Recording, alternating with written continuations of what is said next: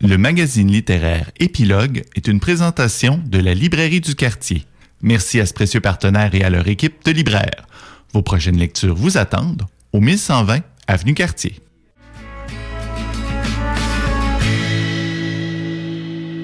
Voilà Philippe B. sur les ondes de CKIA-FM, le magazine littéraire Épilogue qui se poursuit avec Geneviève Bossé et un livre aux couvertures roses. Non, aux pages roses. Oui. C'est encore plus rare. Le papier est rose, Pepperman. Ben oui, et étonnant. L'écriture, elle est verte forêt.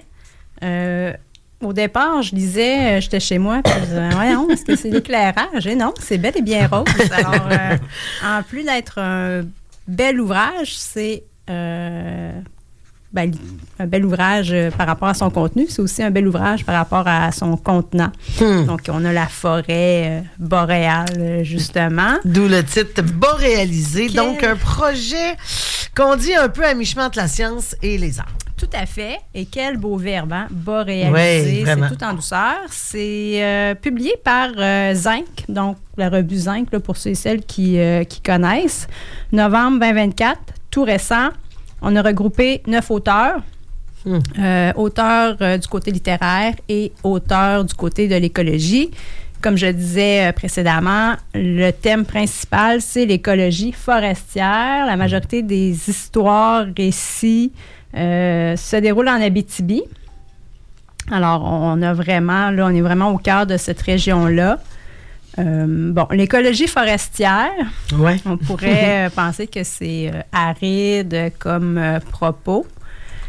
Ce l'est pas, parce que l'objectif, justement, des auteurs, c'était d'aller puiser dans des textes scientifiques, des recherches et d'introduire ça, de mettre ça dans des textes littéraires. Alors, on a différents types de récits, nouvelles, on a un court texte qui tend vers le récit policier, on a une pièce de théâtre, on a de la poésie. Alors, il y en a vraiment pour tous les goûts. On pourrait aussi penser, la forêt, changement climatique. Pas tant. Oui, OK. Parce que c'était un peu une petite crainte. Je disais, est-ce qu'on va... Puis c'est pas parce que c'est pas important. Mais il y en a beaucoup quand même. Mais on est vraiment sollicité.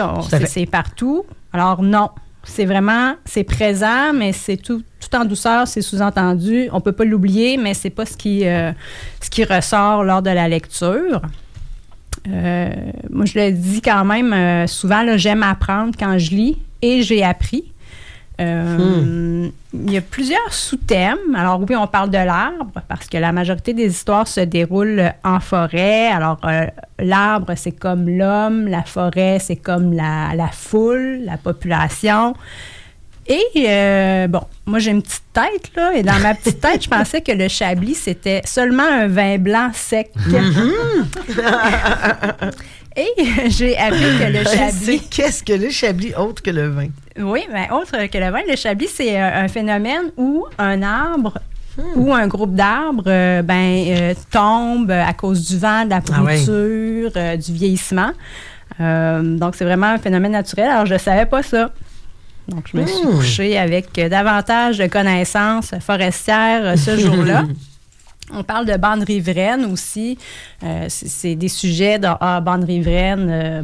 C'est pas vraiment intéressant, mais c'est associé à un retraité, un enquêteur, et on l'a engagé parce que, toi, Maurice, tu étais enquêteur, tu voyais tout, tu vas pouvoir faire des relevés en forêt qui vont être justes. Donc, on associe vraiment des notions de génie forestier pratiquement à des intrigues, ou en tout cas à la fiction. On aborde aussi tout ce qui est visible et le non visible. Puis, c'est drôle parce qu'hier, je lisais un article par rapport au feu à Los Angeles. Puis, on ne sait pas quel sera l'impact de l'eau salée qui est utilisée pour éteindre les feux parce qu'habituellement, c'est de l'eau douce. Et là, avec les... On va chercher dans le Pacifique, là. Donc, quels seront les impacts sur les sols de cette eau salée-là? Donc, on s'intéresse aux conséquences non visibles. Il est question de champignons et de toutes leurs ramifications. C'est un beau texte où il y a un grand-père et son petit-fils qui se promène en forêt, puis là, le grand-père partage ses connaissances. Je le disais avant d'entrer en ondes, on parle de géomorphologie, puis là, je me suis retrouvée dans mes années universitaires. On parle d'Esquerre, de Kettle, donc toutes ces formations géomorphologiques qui ont été créées par les glaciers, les blocs de glace. Il y a un texte aussi écrit par Jonathan Hope. Qui dirige un des co-directeurs de l'ouvrage. Lui, il s'est intéressé, son point de départ, c'est un article sur les papillons, donc les sédiments de papillons là, qui meurent et qui restent sur et dans le sol. Puis il s'est dit, OK, là, je vais chercher des chansons dans lesquelles il y a le mot papillon. Oh, on en a quelques-uns. Et, après ses recherches, il n'a pas nécessairement trouvé de chansons où le mot papillon et le papillon en tant que tel était vraiment bien exploité. Il a fait la même chose en poésie. Il est tombé sur un poème de Lamartine où les questions de papillons. Puis il s'est dit, mais il ne connaissait rien là-dedans, les papillons, là. Il a fait un pastiche. Il fait aussi un pastiche à la manière de Francis Ponge. Donc, pour ceux et celles qui ne connaissent pas Francis Ponge, lui, il est passé maître pour décrire des objets de la vie quotidienne, par exemple, une tranche de pain. Puis, j'ai regardé un extrait là, ce matin, là, puis le pain, cette montagne. Puis là, il décrit vraiment des trucs de la vie quotidienne, mais comme si c'était une œuvre d'art. Alors, vous jetterez un coup d'œil à ça. Alors, il fait aussi un genre de pastiche de texte de Francis Ponge. J'ai aussi appris, pourtant, là, j'étais un peu gênée parce que j'ai étudié quand même en littérature, en français, et j'ai découvert qu'on pouvait parler de terreau-linguistique. OK. Mais oui, ce concept que non, autour de la table, là, c'est de la surprise générale, Ouf, les quatre. Mon honneur est sauf. Alors, la terreau-linguistique, c'est le langage des animaux. C'est que les animaux, outre leur cri, il y aurait un langage, un peu comme les plantes, les arbres qui communiquent entre eux pour avertir du danger ou des changements. Et on parle de l'héro-linguistique par rapport aux castors. Alors, les castors rongent les troncs. Oui. Alors, est-ce qu'il y aurait, justement, dans la façon de ronger des messages ou est-ce que... Oh, Simon roule des yeux. Sceptique. Puis, le castor, on le présente aussi, est-ce qu'il serait un poète? Et est-ce que tous ces troncs d'arbres rongés seraient une production littéraire? Wow! Mais j'ai trouvé ça... Un tronc, un verre, c'est formidable. J'ai trouvé ça captivant. Je m'étais jamais interrogée. Oui, on voit l'écorce. Des fois, il y a des symboles ou pas des symboles, mais des motifs. Des motifs créés par la nature, par les intempéries. Alors, la hétérolinguistique. Eh bien, beau concept. Alors, Chablis hétérolinguistique. Alors, ça a vraiment été très instructif comme lecture. Puis, voilà. Donc, Boréalisé. Disponible là, en librairie, en bibliothèque. Puis, je ne sais pas si Cassie Bérard, c'est une des personnes qui dirige l'ouvrage. Elle a écrit quelques romans, dont L'équilibre. Donc, il y a un genre de roman là, où les gens ont des prisonniers dans leur cour. Donc, c'est vraiment... oui.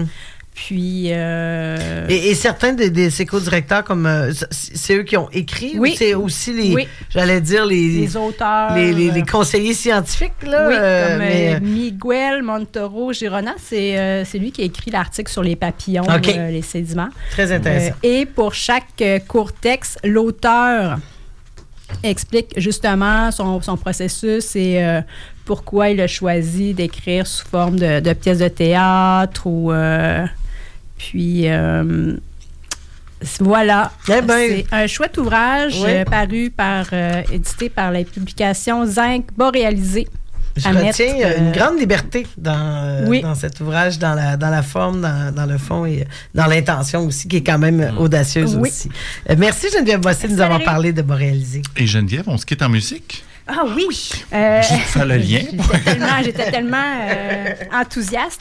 Et Jonathan Hope, je vous l'ai dit, là, il a fait des pastiches de poèmes, mais il a aussi fait le pastiche de la chanson. Là, je m'excuse d'avance, c'est un verre d'oreille.